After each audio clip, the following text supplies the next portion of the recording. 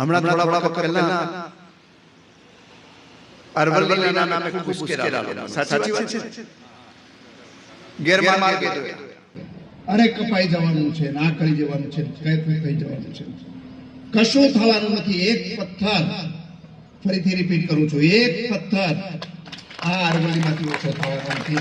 એક ઈંચ જમીન એમાંથી ડાયવર્ટ થવાનું, એમાં વધારો કરવો છે, પણ એક ઈંચ કે એક પથ્થર આમાંથી ઓછો નહીં. આ મોદી સાહેબની ગેરંટી છે, ભારત સરકારની ગેરંટી છે, ભૂપેન્દ્રભાઈ પટેલ સાહેબની ગેરંટી છે, અમારી સૌની ગેરંટી છે. એમાં કશું થવાનું, એને વધારે ગ્રીન બનાવવું છે. અને એટલા માટે જ પ્રધાનમંત્રી એ અરવલ્લી ગ્રીન વોલની કાર્યક્રમ આપ્યો છે. અરવલ્લી ક્યાંથી શરૂ થાય છે?